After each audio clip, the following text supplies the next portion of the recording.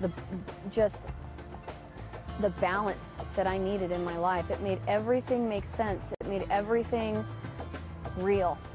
And it made everything worth being here for, because I finally have a purpose and I understand what it is.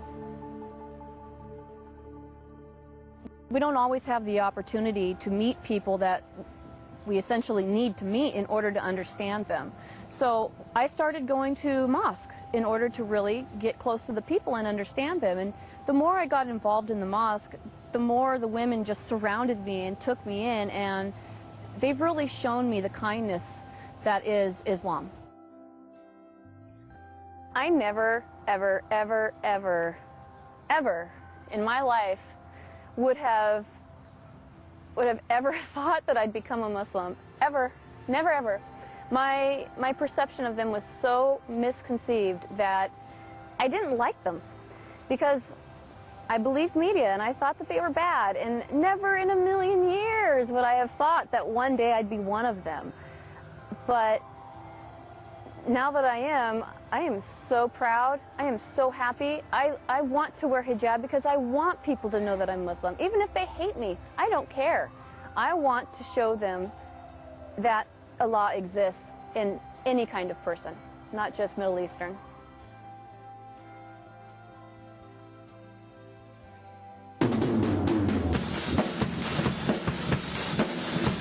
I played drums before I was Muslim, and just because I became a Muslim doesn't mean I have to stop doing the things that I enjoy.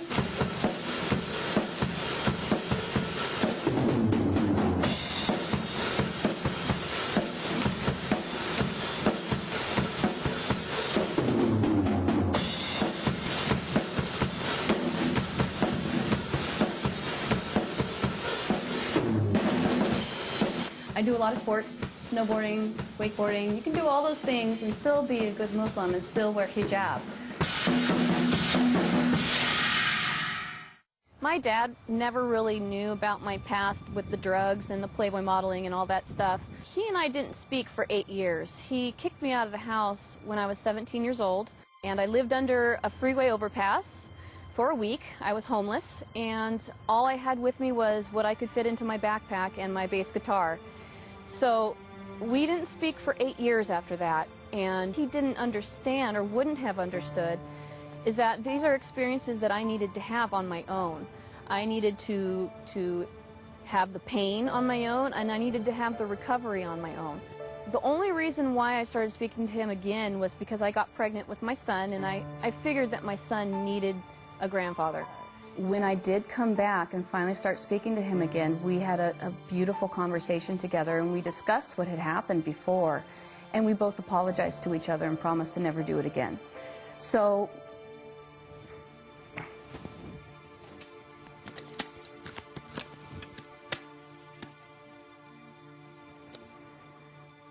this is my daddy, and he's my best friend in the whole wide world. And that's something I never thought was going to happen. But now that it has, I love him so much.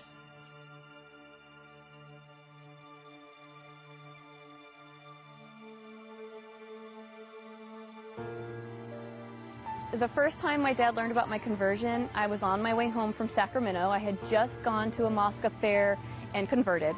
And I was driving home, and I was too afraid to call him because I knew he was going to be really mad. So I texted him on the phone, and I said, "Dad, can you please try to start having an open mind about Muslims? Can you please start just not being so judgmental and believing everything you see on the news?" And he texted me back and said, "Why?" So I said, "Well, Dad, I'm Muslim." My father was not too pleased when he found out that I converted to Islam. He was quite unhappy to the point where I feared that I was going to have to leave. We live in the same home, and we work at the same job, and I haven't gone back to the job since. But living at home has been very tense. He's been very confrontational about it at times.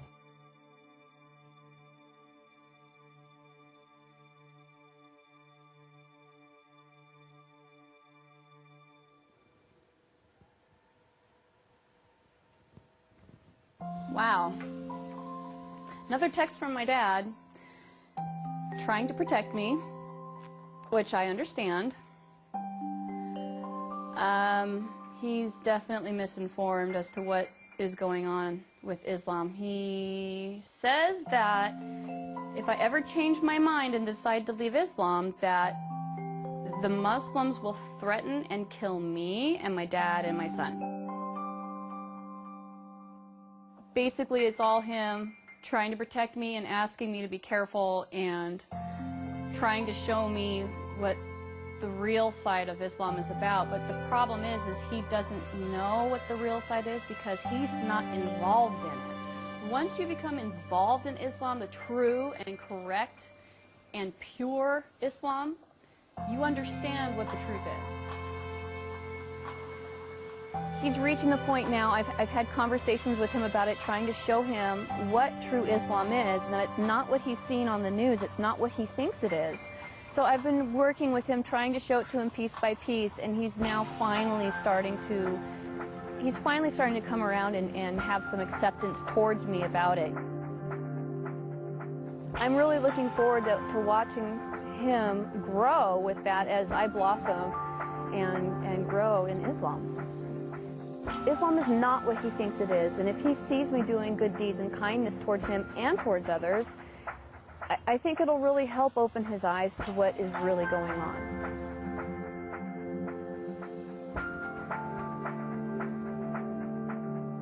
I think the biggest thing that I pray for is for understanding, for strength from myself to keep going through what I'm going through, and for understanding from my Father so that he can understand that what I'm going through isn't easy and that it hurts me just as much as it hurts him. So hopefully, by the grace of Allah, he will one day understand and be accepting and gracious towards my decision. And I think step by step he's seeing the change in me, and he's learning to appreciate what I'm doing, what I'm learning, and hopefully one day that'll help him see and view Islam in a more positive way.